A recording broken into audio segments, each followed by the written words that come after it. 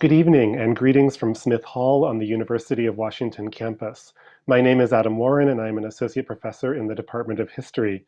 It is a pleasure to welcome you to the fourth and final lecture of the 2021 History Lecture Series. I am delighted that you can join us this evening. I hope you have enjoyed the series and I look forward to a fascinating talk and discussion. Before I begin, I would like to acknowledge that while this event takes place virtually, it is being filmed, transmitted, and in many cases viewed on the historic and contemporary lands of the Duwamish, Suquamish, and Muckleshoot nations and other Coast Salish peoples who call the waters and coastline of the Salish Sea home. Tonight, I have the distinct pleasure of introducing Professor Margaret O'Mara and welcoming her to the virtual stage.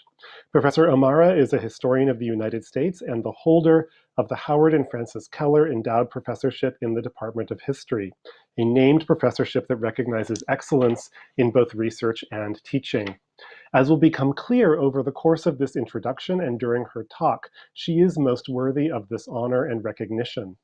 Professor O'Mara is also a recipient of the University of Washington's Distinguished Teaching Award for Innovation with Technology. As someone who has observed Professor O'Mara teach and who has taught many of her students, I can attest to her skill in the classroom and her ability to inspire. Professor O'Mara completed her PhD at the University of Pennsylvania in 2002 and joined the UW Department of History in 2007.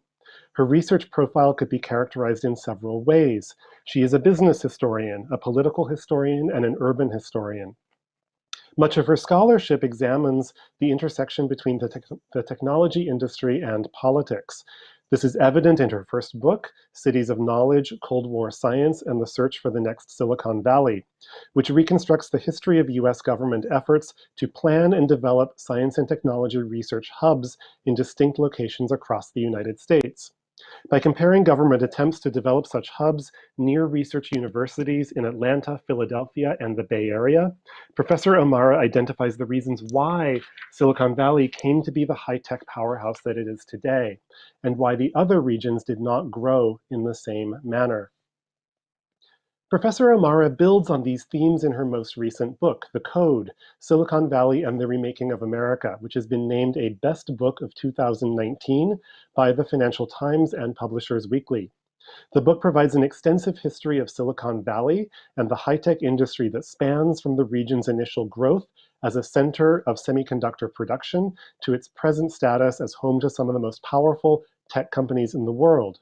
Ones that have radically transformed our lives, arguably for better and for worse, through their innovations. Among many wonderful things, the book traces the development of a particular form of tech culture in the Valley. It reconstructs the often overlooked history of women in the industry, and it helps us make sense of the tech industry's outsized political power in the present. It also refutes the guiding mythos of the Valley, persuasively demonstrating that while Silicon Valley has long thought of itself as the product of an independently minded, self-reliant entrepreneurial class of bold and adventurous thinkers and disruptors, government has been a partner in its development every step of the way. Professor O'Mara's impact as a scholar also extends beyond the conventional book publishing world. Indeed, she is an outstanding example of a public historian, a prominent public figure who draws on her historical knowledge to engage broader audiences and shift conversations on both contemporary issues and our understanding of the past. Through her op-eds in the New York Times, one of which came out this morning, her interviews on cable news channels such as MSNBC and Bloomberg, and her publications in venues such as GeekWire and Slate, she has made an especially persuasive case for the importance of a historical perspective in considering the past, present, and future of tech in the United States and around the world. Finally, Professor O'Mara makes important contributions to our understanding of modern American politics in ways that have never been more important. A veteran of the History Lecture series, Professor O'Mara published an entire book, Pivotal Tuesdays, 4 Elections That Shaped the 20th Century, based on lectures she presented in 2012. As someone whose life before academia included time spent working on the Clinton presidential campaign and serving as a domestic policy analyst in the Clinton White House, Professor O'Mara's work in Pivotal Tuesdays and elsewhere reflects her deep understanding of how political campaigning and the office of the presidency have changed over time. Most recently, she's been invited by the BBC and other news organizations to comment on the recent presidential transition and how historians will remember the Trump presidency. Given the focus of Professor O'Mara's talk on the history of on the history of the high-tech industry, it is fitting that it should take place on 3 different platforms at once. If you are watching on Zoom, please feel free to enter questions you may have in the Q&A feature while we are listening and during the discussion at the end. You may also upvote questions already posted that you would like answered. If you are watching on Facebook or YouTube, you're welcome to submit questions by entering them into the comments section below the live stream. And with that, it is my pleasure to welcome Professor O'Mara to the virtual stage for Digital Discontents, from the age of the mainframe to the era of big tech. Thank you so much, Adam, for that kind introduction. And thank you also to the tremendous staff of the History Department for all they have done to make this entire series happen. Thanks also to my 3 colleagues, Lynn Thomas, Vince Raphael, and Bruce Heavley, for their terrific talks over the last 2 weeks. It is really a delight and an honor to be here. The U.S. Senate has spent the last 2 days holding an impeachment trial of former President Donald Trump. And digital technologies have been front and center in a way unimaginable only a few years ago. As hundreds of Trump supporters, driven to outrage by their belief in a stolen election, descended on the U.S. Capitol on January 6th, nearly all of them held in their pockets supercomputers, capable of pinpointing their precise location and broadcasting sound and video to the world. By supercomputers, of course, I mean smartphones. And while some of the rioters turned off location tracking, and others chose not to live stream or post about their experiences, many others did. The online magazine ProPublica recently gathered together more than 500 videos posted on the right-wing platform Parler alone. That was really only the tip of the iceberg. And it appears that much of the organizing and posting related to the events of January 6th happened on mainstream social media platforms like Facebook. Insurrection Day came at the end of a presidency defined in many ways by digital technologies and about our discontents with what those platforms and products have unleashed on the world. It didn't take too long after the unexpected 2016 victory of Trump for Americans of all political stripes to point to social media as a catalyst of this truly disruptive change. The former president's aides celebrated the success of their social media-driven campaign. Trump's foes called foul on the way social media platforms' algorithmic amplification and micro-targeting had allowed a fractured and partisan electorate to retreat into their own angry and often misinformed news bubbles. Facebook became swallowed up by scandal after revelations about how one Republican-affiliated contractor, Cambridge Analytica, used personal data to target persuadable voters. 4 years on, Cambridge Analytica seems like pretty small potatoes. The former president's prolific use of Twitter blasted past 2 centuries of presidential rhetoric to create a channel of communication between chief executive and citizen, unlike any before it. The avalanche of information and disinformation from both official and unofficial channels during the COVID-19 pandemic and the racial justice protests of 2020 left Americans drinking from a fire hose of digital data that even the most media savvy among us had difficulty in properly processing. How different things once were. 10 years ago, this coming April, President Barack Obama visited Facebook headquarters for a town hall with Facebook's founder and CEO, Mark Zuckerberg. Most of the pregame press was sartorial. Would Zuck wear his trademark hoodie? Would Obama dress down? Both showed up in suits, but in a choreographed bit of comedy, a few minutes in, they took off their ties. When in Silicon Valley, the commander-in-chief would go business casual. The cheerful town hall came only a few months after Mark Zuckerberg had been named Time Magazine's Person of the Year. At age 26, the college dropout by then had built a social network that had transformed communication and connection, and along the way had become one of the world's richest people. Obama's visit was a validation of Facebook's influence and power, but it was only one of many connections that the Obama administration cultivated with the tech industry. Back then, it wasn't just the White House that was taking Silicon Valley at its word that it could change the world for the better. Many of us bought into that vision as well. Platforms like Facebook and Twitter could give voice to the voiceless, connect people across time zones and continents, reconnect communities and connect new ones. And indeed they did. But in those hopeful days of the aughts and the early teens, journalists, politicians, and tech users did not fully reckon with the downside of all that digitally mediated connection, particularly when it was controlled largely by a few large companies.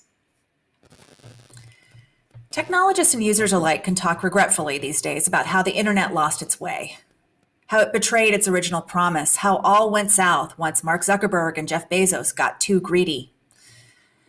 But to characterize this as a sudden fall from grace isn't an accurate reflection of history. Instead, we should think about today's digital discontents as a continuation of a pattern. Since the arrival of the first all-digital mainframe computers in the 1940s, Americans have viewed technology with a combination of fascination and fear, simultaneously enthralled by their technological possibilities and alarmed by the disruptions and dislocations they might precipitate. Let me take you through this history. The electronic brain.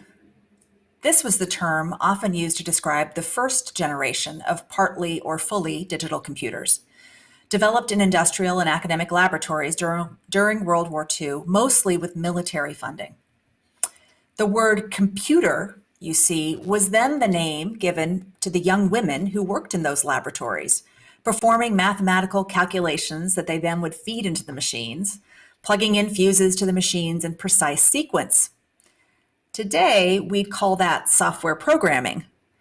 Then, it was viewed as such a rote, clerical function that these first young women were also called coders. It was not intended as an acknowledgement of their special skills. The network television debut of the electronic brain captures the ambivalence Americans felt about those machines as they began to enter civilian life after the war. It was a gimmick, really. CBS decided to bring in a UNIVAC computer to predict the returns of the 1952 presidential race between Adlai Stevenson and Dwight Eisenhower. UNIVAC was the earliest leader in the small but growing mainframe computer market, and its brand name briefly was so ubiquitous that it became shorthand for the machine itself, like Google or Kleenex. CBS also wanted to pump up the audience for its election night coverage and highlight its newly hired anchor, Walter Cronkite. So they wheeled in a UNIVAC. It was actually a fake computer in the studio because the real deal would likely overheat the studio once it got running. So the actual calculations were made by a machine back in UNIVAC's Philadelphia headquarters. The computer worked quickly. Well before the polls had closed on the West Coast, it made a call, a landslide for Eisenhower. The margin of victory was far beyond what polls had predicted, and both the CBS producers and UNIVAC executives were nervous. The electronic brain couldn't be right, could it? On air, Cronkite hedged and joked. The UNIVAC might have crunched its numbers, but CBS was not going to make its call based on a computer. Turns out the UNIVAC was exactly right. The electronic brain had bested the minds of men. It was wonderful, but it also made everyone a little uneasy. That mix of fascination and fear coursed through the American media coverage of digital computing in the 1950s and 1960s. The structure of these pieces often followed a pattern. Report on the transformative breakthroughs accomplished by computer, then reassure the reader that it really wouldn't change anything about their lives. This spilled into pop culture as well. In the 1957 Spencer Tracy and Katharine Hepburn comedy Desk Set, a team of corporate librarians, led by Hepburn, has to welcome a humming mainframe into their midst, and grapple with the likelihood that the information processing machine will automate them out of their jobs. Worries about computers mixed and mingled with deeper worries about life in the atomic age. The man in the gray flannel suit became, in this 1961 comic book, the man with the electronic brain, his mind controlled by machine, turned into not merely a corporate drone, but a destructive force. Look out, the caption on this cover warns. Everything he just touches, he destroys. Unpacking these cultural responses requires understanding what computers were and who used them. By 1960, there were about 1,200 computers in the United States, the largest of which were machines costing $500,000 or more. That's $4.5 million in 2021 dollars. 20% of the computers in use were owned and operated by federal government agencies. That statistic actually understated the extent to which federal funding shaped the early industry, for this was the height of the Cold War and of the partnership between national defense agencies and American industry that President Eisenhower ominously labeled the military-industrial complex. Military money funded research as well as development. It supported the creation and expansion of university programs in science and engineering. It contracted with private sector companies to build advanced electronics and communications devices. The space race was part of this Cold War fight too. And money poured into academic and industrial labs, building the computers and advanced circuitry to send astronauts into orbit and to the moon. The government played a major role in building the digital world, so it is not a surprise that in the 1960s, anxiety about these new technologies soon collided with growing concern about the US government and its role in Americans' lives. One of those concerns had to do with the power of federal agencies, and particularly federal law enforcement, to learn a great deal about individual citizens. J. Edgar Hoover, pictured here between John and Robert Kennedy, was 4 decades into his tenure as director of the FBI in the early 1960s, and then was perhaps at the peak of his power. Included in his considerable portfolio was the FBI being given responsibility for conducting background checks for those seeking government jobs.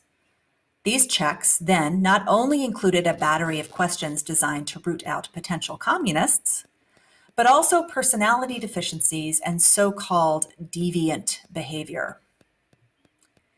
These intrusions became one focus of a best-selling book published in 1964 titled The Naked Society.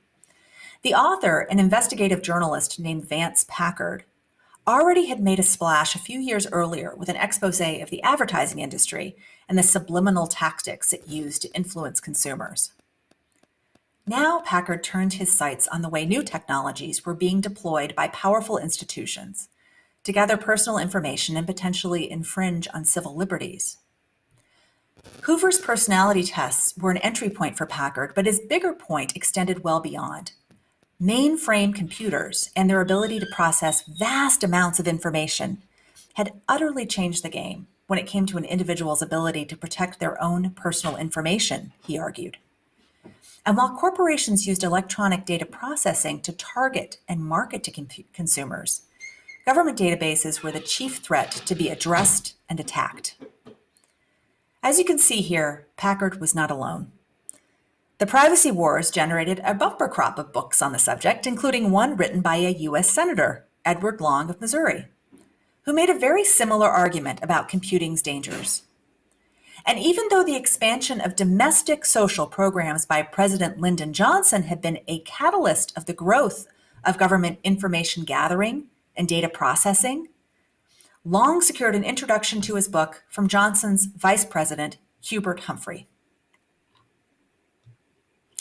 It wasn't just big mainframes that struck fear in politicians' and citizens' hearts in the 1960s. Miniaturized electronics posed a threat to privacy as well. Here's a vividly illustrated feature from Life magazine, then one of the most popular publications in the nation. Bugging is so shockingly widespread and so increasingly insidious, the article warned Life readers, that no one can be certain any longer that his home is his castle, free of intrusion. Between 1966 and 1974, over 100 pieces of legislation were introduced in Congress aimed at curbing the government's power to use electronics to look into the details of Americans' lives. Magazine features and editorials decried the government for seeking to know too much, for trying to use computers to become even more powerful than it already was. Again, consider the political context and when all of this is happening. The Vietnam War was escalating into a quagmire, laced with half-truths and untruths from government leaders about how badly things actually were going. The environmental movement was decrying the ways technology had delivered toxicity instead of social progress, polluting water and air, food and consumer goods, and spraying chemicals down on civilians on the other side of the Pacific. And of course, then there was Watergate, too. Perhaps fittingly, the sponsor of one of the few pieces of anti-privacy legislation to become law was also a major player in the Watergate prosecution. Senator Sam Ervin of North Carolina was a conservative Democrat, a one-time segregationist and signatory of the infamous Southern Manifesto that blocked federal civil rights legislation in the late 1950s. In the post-civil rights era, he had remade himself into a defender of the Constitution and the individual liberties it protected. Ervin was a Democrat, but he had little patience for the expansion of government programs under Johnson. He could be as hard on government bureaucrats as he later was on members of the Nixon White House when he chaired the Watergate Committee in 1973. He also was quite good at political theatrics, as in this 1971 hearing, pictured here, when he held up a piece of microfilm that he claimed contained the entire text of the Bible. Ervin's work resulted in the Privacy Act of 1974, which to this day remains the United States' most significant modern privacy law. Read the first few paragraphs, and it's all about computers, about the databases the government builds and controls, the right for Americans to know what's being gathered about them. Significantly, private industry is not a focus of that law. In America, private companies have been able to gather anything they like, and they don't have to let consumers know about it. There wasn't much love lost between Sam Ervin and the long-haired college students protesting the Vietnam War. But it turns out that when it came to digital discontent, they had a lot in common. At the same time that Ervin was trying to clamp down on the power of government computers to hide information, a movement was coming together among a younger generation of technologists that sought to liberate computers from the government and big business altogether. Ironically, many of these young people had been exposed to computers thanks to government-funded university laboratories, and some of them had worked for defense contractors or other private companies with close government ties. They were entranced with computing and its potential for new kinds of communication and collaboration, but they hated the fact that it was all in the control of the establishment. By the early 1970s, these computer enthusiasts decided the solution was to build networks and computers of their own. This photo is of one of those early alternative networks, Community Memory, which essentially was a computerized bulletin board placed in a Berkeley coffee shop. This was still before the internet was accessible to anyone outside of a few government-funded academic labs.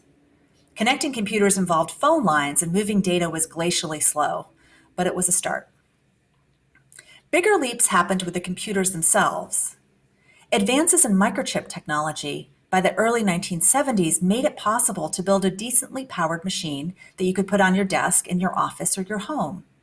Now, no off-the-shelf consumer products existed. The first of these machines were complete DIY projects of hobbyists who knew how to find the parts and put them together into a functioning, if very simple, machine. But within a few years, those hobbyists had gone a lot further. A few started companies selling kits that you could build yourself. Others started companies that sold computers that already had been put together. You had to buy the monitor and the peripherals separately, as you did on this Apple II that Steve Wozniak and Steve Jobs are showing off here in 1977. But now the desktop computer had arrived. The personal computer was not just a breakthrough in technology, but a shift in understanding of what computers were, who used them, and what they could do. The crop of companies like Apple that came out of this late 1970s moment were selling a power to the people promise, a completely different value proposition than the alarming and fearsome world of the electronic brain. Personal computers were tools that empowered the individual instead of robbing them of their privacy. They were machines of liberation rather than conformity. They empowered you to be creative, innovative, fulfilled. It was all the fascination and none of the fear. The digital age now not only promised liberation by computer, but transformed social connection by computer networks. Well before the internet became the backbone for computer communication and commercialization, services like CompuServe in the early to mid 1980s were offering consumers the ability to hook up their computers to a broader network and communicate, get news, do all kinds of things over their phone lines. But it was only after the internet was opened up to commercial activity in the early 1990s that computer communication exploded. The internet was another product of the military-industrial complex, created in 1969 as a decentralized network that allowed federally funded academic computing centers to exchange large amounts of information with one another. For 2 decades, it remained a walled garden, accessible only to the military and to researchers on government contracts. By the 1980s, companies could establish sites on the network, but they couldn't buy or sell anything using the platform. An even bigger hurdle was that there really wasn't any accessible way to use the internet unless you knew a lot about software programming. There was no graphical user interface. There was no directory. There was no browser. Then in 1989, a Europe-based researcher named Tim Berners-Lee created a better way for technologists to navigate the internet, called it the World Wide Web. Sound familiar? Then a few years later, some graduate students in a federally funded supercomputer lab at the University of Illinois developed a way for ordinary mortals to navigate the web by building the first internet browser. In essence, an app that sat on top of the World Wide Web and pointed you in the right direction. Those grad students moved to Silicon Valley, raised some venture capital, got some seasoned executives to come in to manage the operation, and commercialized the browser in 1994 as Netscape. 18 months later, the company went public in a huge Wall Street IPO and kicked off the dot-com boom.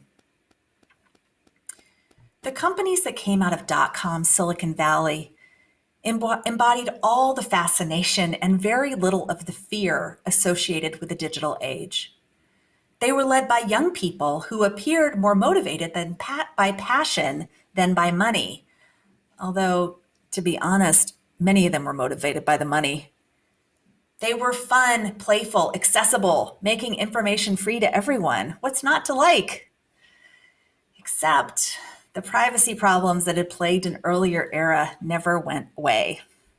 I could give you a whole series of magazine covers that hinted at the bigger problems to come, or the problems that had never left us. But in the late 1990s, this cover here is from 1997, the biggest harm that the dot-com revolution seemed to pose was that its stock was rising too far, too fast. That worry proved correct as the dot-com bust in 2000 and 2001 evaporated fortunes overnight. But those who wanted to write the obituary for the digital age were a little premature. It turned out that those companies that came out of the dot-com ashes would become bigger and richer and more utterly disruptive than any that came before. But they were very much products of history, telling the same story about technology and promising that really, truly, this time would be different.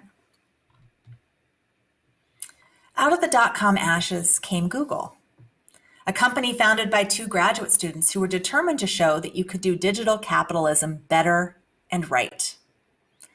Google made its de facto motto, don't, and let everyone take several days off to attend Burning Man.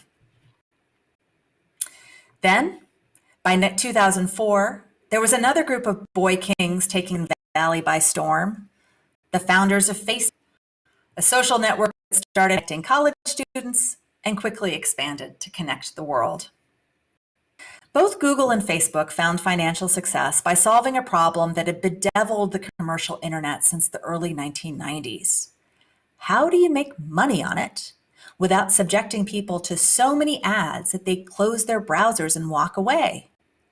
I would imagine that anyone listening tonight that was on the internet in the 1990s remembers the blizzard of pop-up ads that would come to you and drive us all crazy. And what a relief it was to go to the zen white calmness of the Google search engine in its earliest iteration and just see all this lovely white space and no visible advertising. But how do you make money on that? The elegant answer was to hide the ads in the product itself.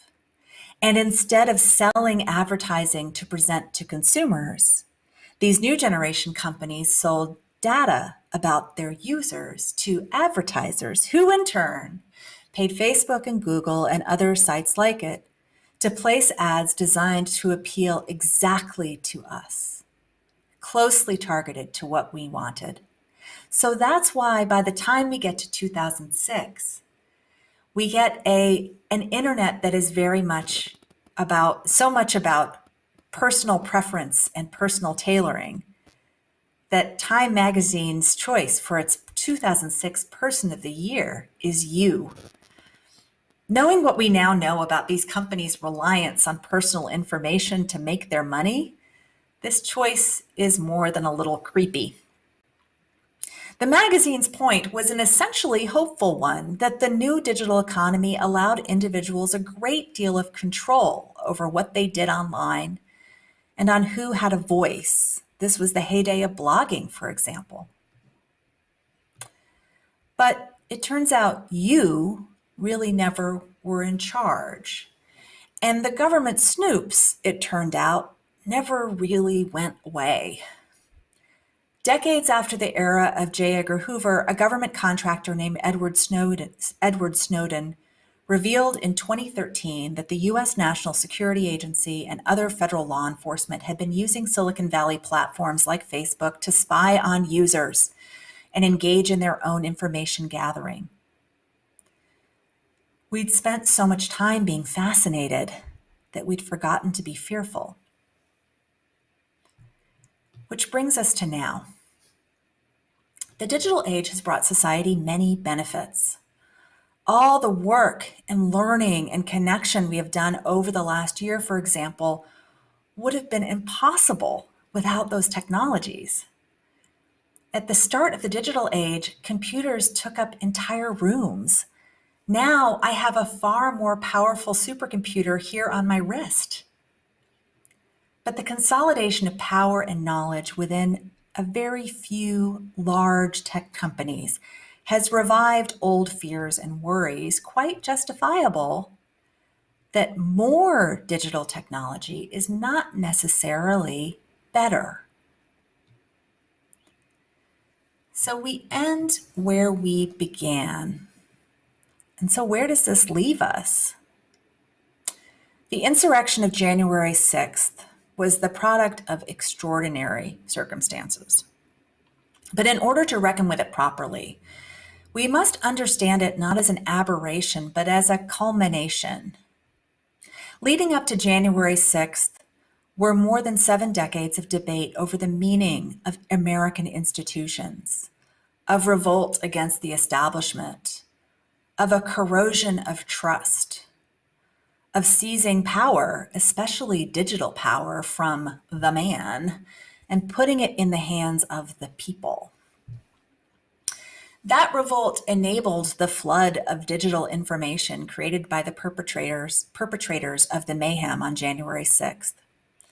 This was political history in the making, unlike any before it, with nearly every participant carrying their own camera, their own broadcast network, proudly streaming and curating and interpreting the events in their own terms. It was information overload at its most intense, where in this instance, all had emptied from the room except the loudest and the angriest voices. We cannot reckon with our technological discontent without reckoning with how it connects into our broader political and social landscape. And we cannot reckon with these connections without thinking historically, connecting past and present, understanding the roots of our digital discontents. The technology industry moves fast, builds things, and sometimes breaks things. It spends so much time looking to the future that it doesn't always pay attention to the past. But the past is telling us things, and we need to listen. We must always remember everything has a history. Thank you.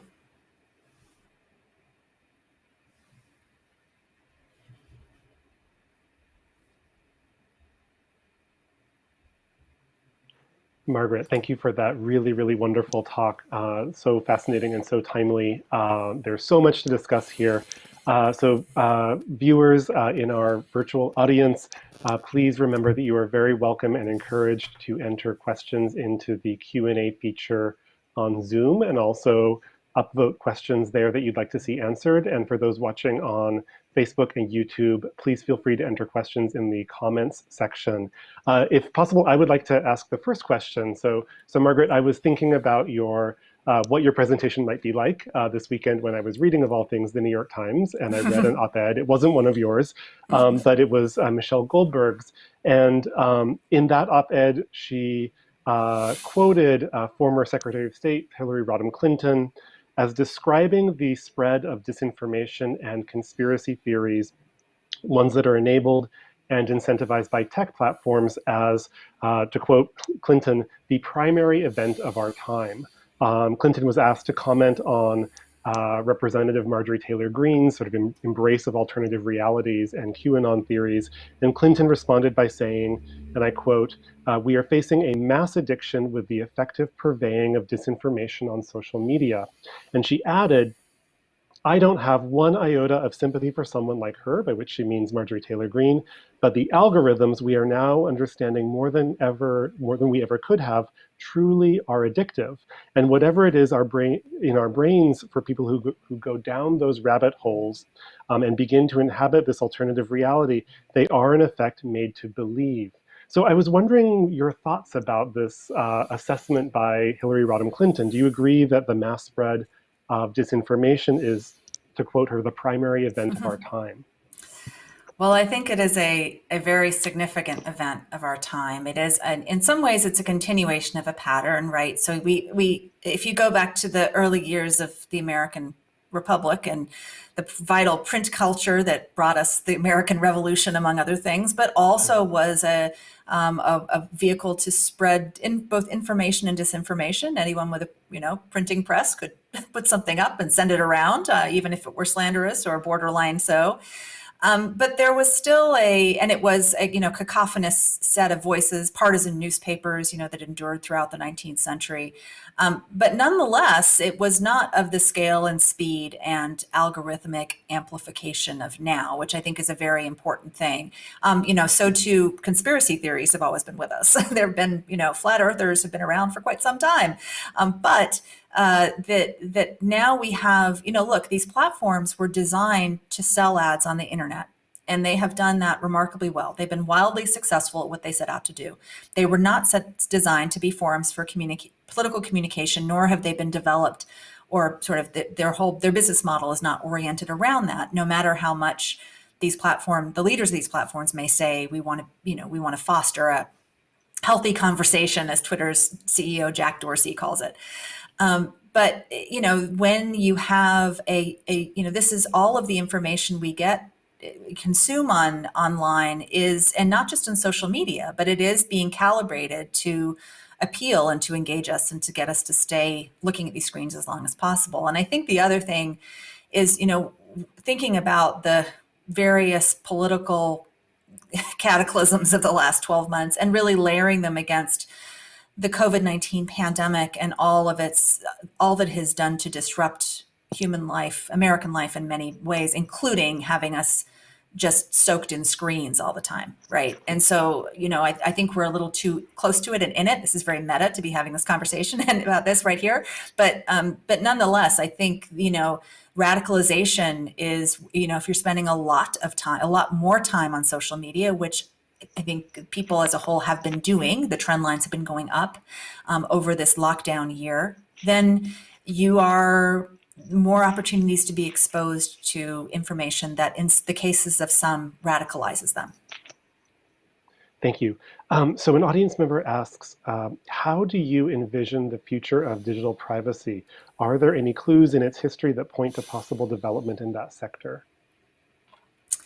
Yeah, that's a good question. I think one of the big questions that is still kind of unresolved we look at what the US is doing and then how it compares with what Europe, the EU, is doing. And we have Europe has passed a privacy law that sort of goes further. That's why we have to sort of click on cookies every time we go to a website. But there's a real distinction that I think needs to be understood between protecting data protection, which is what the European law does and what a lot of and that really what the Privacy Act of 1974 does. It kind of gives you a right to know what has been collected about you. It's the consumer right to know about what the entity, governmental or corporate, knows about you. Contrast that with just the putting limits on what can be collected in the first place. So data collection. And of course, that goes to the heart of the business model of the internet, being able to collect the data. But any, serious reckoning with digital privacy, I think needs to address that. And I think there are a lot of ways to do it. We don't have clean, just do what you did for this industry. It's a different sort of regulation. It's a different sort of technology, and the technology is moving very fast. But there can be disincentives created placed on, companies to, keep them from using and abusing users' data, sort of to collect less of it. The problem we have right now is we have a self-regulating regime. This is what comes out of the 1990s, that the shorthand is Silicon Valley companies asked, lawmakers in 1990s Washington, look, to grow and thrive, don't put limits on us, don't regulate us before we can grow, we'll regulate ourselves. And that's how the Telecom Act of 1996, the 25th anniversary of which will be marked this week, which contains Section 230, which is the law that kind of holds the platforms, doesn't blame them for what people put on their platforms, but also gives them the right to moderate their platforms. That's something that gets lost, but what clearly is not working. Like it doesn't, it maybe worked for the internet of 1996 when it was a very, very different animal, and it doesn't work for the scope and scale right now. So I think the solutions are multiple. They're not the same for different platforms. Antitrust, meaning the sort of break them up version of antitrust, is not the sole solution here. It's a question of creating an environment of data. I would argue, sort of thinking much differently about data collection across the board, and also not targeting one company or platform over another, because those are going to change. Great. So two pieces of legislation came up that in your answer that audience members have asked about in the Q&A. So you mentioned the Privacy Act of 1974, and it came up in the presentation. An audience member wrote, you said the Privacy Act didn't focus on private industry. Did it completely neglect it, or was it just not a focus? And then another question, moving forward, an audience member asks, are Section 230 changes the pathway to continue improvements in privacy? I think, so on the Privacy Act of 1974, it was, government computers were certainly the chief preoccupation of lawmakers like Irvin. And there were other, critique of, look, Vance Packard, whose bestseller in some ways set off something of the firestorm that propelled, a lot of Washington lawmakers to hold hearings, was also looking at private industry to some degree as well. But that sort of slips off. I think partially it was Washington trying to regulate things it could control. And also but there really was a sort of, it's remarkable how little the private sector gets scrutinized. And there certainly were companies were using electronic data processing to, market to consumers and to find out, sort of targeted information to get people to buy their cereal. But I think the other thing is that it is signed into law when Gerald Ford has relatively recently become president, sort of the end of 1974.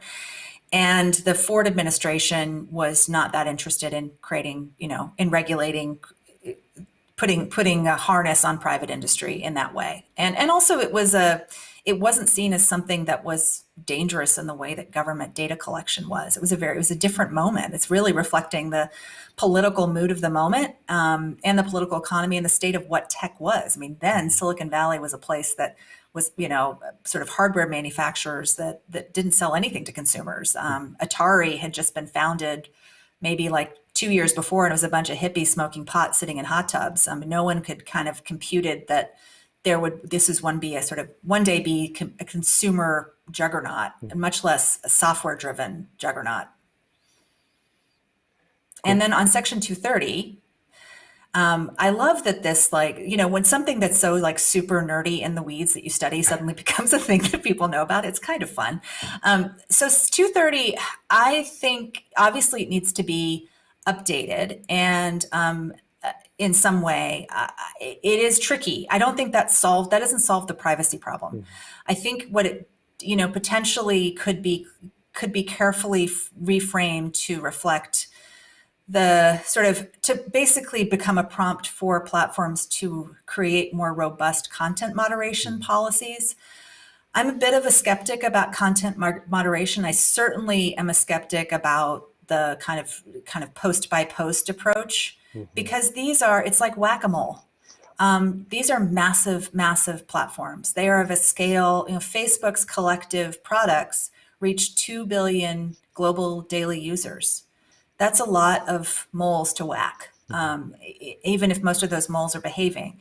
So 230, I think, is often too narrowly constructed to be about, the sort of really, really explosive, violent content. And I agree that it's outdated. It's when Mark Zuckerberg was 11 when the law was passed. It just doesn't match where the economy is now, or the economy of Silicon Valley and tech.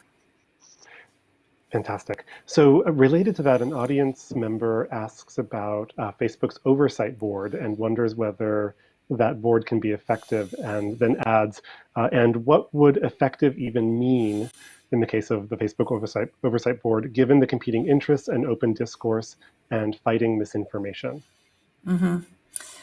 That's tricky, man. Oh man. I mean, I think they're nicely compensated on the board, but I would not want to be on that. That's a and they're really, they've put together an all-star group of an internet, and also I think notably it's an international group. I mean, one of the things that we forget here is, this is unlike other industries before it. This is an American-dominated industry with products built by, a sort of subset of upper middle class, college educated Americans that live on the West Coast, that are delivering undifferentiated products to the whole world. So, the American auto industry has a global distribution, obviously, but you sell a different model of Ford car in France or Germany than you do in the US because of fuel economy standards and regulations kind of within a particular nation state or continent. And here, in the case of a browser or YouTube or Facebook, everyone gets pretty much everything in the same way, and I think that's where a real breakdown comes. So the oversight board, I mean, I see why they, I think it's a tough, again, it kind of goes to this whack-a-mole.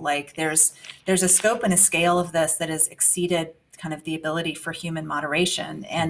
And yes, these things are all maybe a constellation of a bigger thing, but there is this, it all at the end of the day points back to we need a more robust and informed regulatory structure that's, we are just as this is called the second Gilded Age for a lot of good reasons. We are kind of entering a second progressive era, and I'm saying progressive in kind of the Teddy Rooseveltian, Woodrow Wilsonian type definition, but where there needs to be a better sort of brought into balance, this imbalance between corporate power and public power, not just government power, but giving consumers and the public and competitors a fairer playing field. And history shows that capitalists can still make lots of money doing that. Mm-hmm. Yeah. So in your presentation, in your talk, you mentioned emphatically the importance of ad revenue generation as Facebook is not out there to inform you, it's out there to sell ads, right? And the same is true of Google. An audience member says, the present internet is dominated by Google et al. And their revenue model focused on hyper-targeted advertising. Do you see any developments, new revenue models, or new technology that suggest the future might be different? Yeah, I think there are different models. There's the subscription model, where, we're all paying for getting things for free, right? We're paying with our data, with our privacy. That's what, the price we're paying. So you could have a subscription model. Now that is, you pay in different ways with that. If everyone's paying, $9.99 to have access to a, particular platform a month, then that can be exclusionary if you can't pay that, or, it narrows the field. So one of the glorious things about the internet has been the let 1,000 or 1,000,000 or 2 billion flowers bloom in terms of people being able to speak and connect and do things on there. But I think that's another model, another way to, and narrowing things down from the free for all, and maybe recognizing that we don't need as much information, that we're all just, that there's this such thing as too much information, and we need more, that perhaps all of this content hasn't been good for our health. So the other thing is to put a tax on data, find ways to just make it, more costly. So create disincentives. And look, these are private sector companies. They're publicly traded companies that are accountable to their shareholders and to their, they have their fiduciary duty of this at the C-suite of these companies is not to the consumers or it's to other stakeholders. And so this again is why, this is how this works. And again, history is useful here in looking in the way, we have had kind of 40 years in the American context of the U.S. government at the federal level and also to some degree with varying degrees at the state level, pulling back from, congressional oversight of mergers and acquisitions, from, regulations various.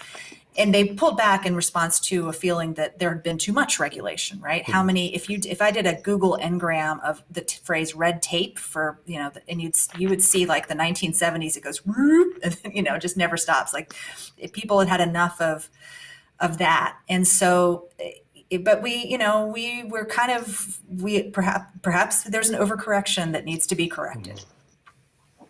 Fascinating. So another audience member asks, has the dominance of several large tech companies hindered the development of new, smaller startup companies? I think so. Counterfactuals are very hard to prove, but what is distinct about this era in tech history. And I should also say that when I talk about Silicon Valley, I'm really, obviously it's a place, but I'm also using it as a shorthand for an industry. Two of the big five are here in Seattle. So we are, it's us too. But what is unusual is that, if the first era of computing was dominated by IBM, which was so big in the mainframe market that the phrase went, it was IBM and the seven dwarfs, they were the big guy and then everyone else was just tiny. Or relatively speaking. And then the next wave, of the software industry was dominated by Microsoft as sort of the one Goliath with all the Davids. And now we have 5 Goliaths. And they're different companies with different business models. They're not necessarily direct competitors, although in strange ways they are. And, they're both competitors and not, because they have their fingers in so many pies. And they have this interesting interdependence with one another, which is why they, are trying to sue one another like Facebook and Apple. But it is that, I think that's problematic. And they have so much cash on hand, they've just been able to buy up everybody. They've been able to buy up talent and technology and competition. And that's really at the nut of the current debate in Washington, D.C. over tech antitrust is, and this was, again, the kind of going back to where my slide with Obama and Mark Zuckerberg, like there was a really smooth runway and very little friction given to the rapid growth of these companies. And this is where we are as a result. Yeah. So this is a question that has an enormous number of upvotes, at least from what I'm being told. I can't actually see the Zoom, how it appears on Zoom. But given the moment that we're in, it's not surprising. So an audience member asks, as a political historian and tech enthusiast, what are your thoughts on Twitter banning Trump? Specifically, how will we be able to prove that he said some of the things he did, or prove he didn't say something with his digital footprint being removed? But I think Twitter has saved everything. Nothing ever goes away on the internet for any of us, even former presidents. Look, Twitter's a private company. It was well within its, that's your Section 230 at work. It has well within its rights to ban people and remove people. And to do it permanently. Today they said even if he runs for president again, he's not coming back. Yeah. For who knows? But at least that was the pronouncement as of today. It's tricky because he for a long time it was people were saying he needs to be removed. Like, no, you can't. He's the president. I think it's a real. I think they were fine in doing that. I think because there are many other outlets through which a president can communicate to the American people. He can still do Oval Office. He or she can do an Oval Office address from the and the networks sort of historically have chosen to broadcast it and sort of preempt their programming to do so. And even if they don't, there are other things. But there's in a way, the presidential communication has always been reliant on the courtesies of private media companies. Whether it be newspapers being willing to print their speeches in full or print what they tell them or give them favorable coverage, or the radio broadcast networks, but for radio and television, obviously, because they are occupying the federal spectrum, there's something of a obligation there. But just shows what the Wild West of Twitter and social media generally have created for these things, these norms of things like presidential communication.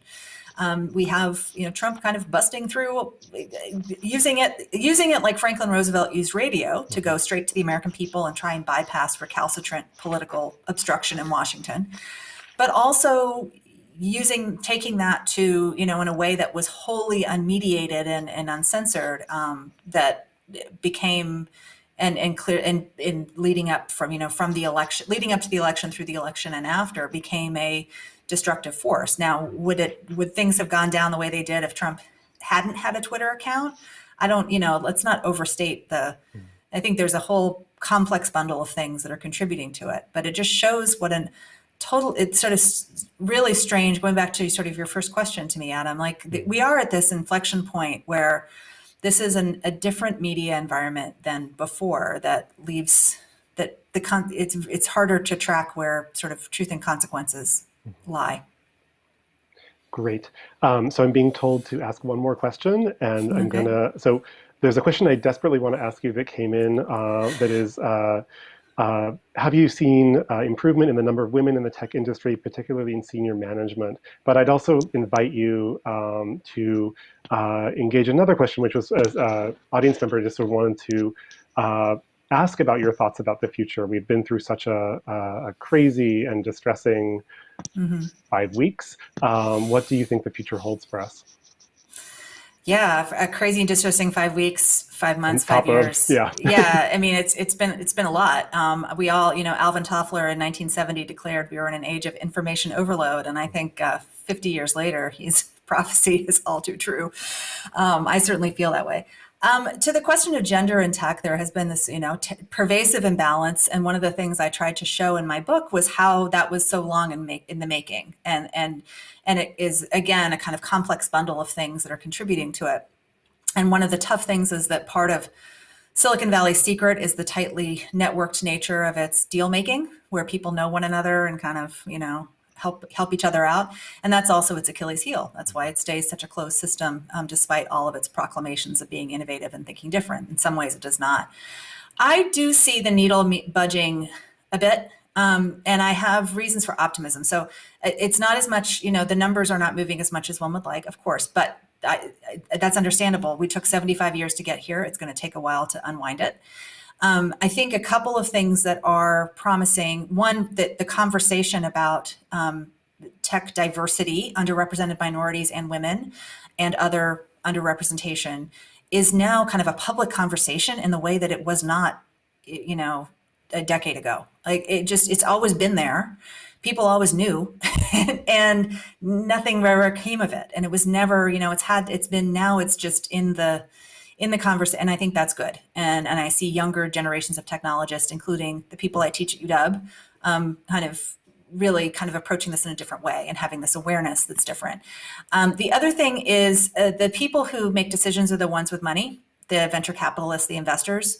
They are the ones who pick the winners of the next generation. And what this last decade of immense, just people earning buckets and buckets of money, is that some of those people were women and underrepresented minorities working at places like Facebook and Google, and they have decided to turn around, become investors, and put their thumb on the scale in favor of investing in women-led companies and minority-led companies and diversifying along a lot of different metrics. So I am choosing to be optimistic. And that goes to my broader, for future question. History gives you lots of reasons to be pessimistic, right? Having a very honest reckoning with American history can be a real downer. But it is our power. History is our superpower. Understanding that, having a very honest reckoning with that history is the way that you both understand, you see where the needle gets moved, where activism, where people make change, both from the bottom up and the top down.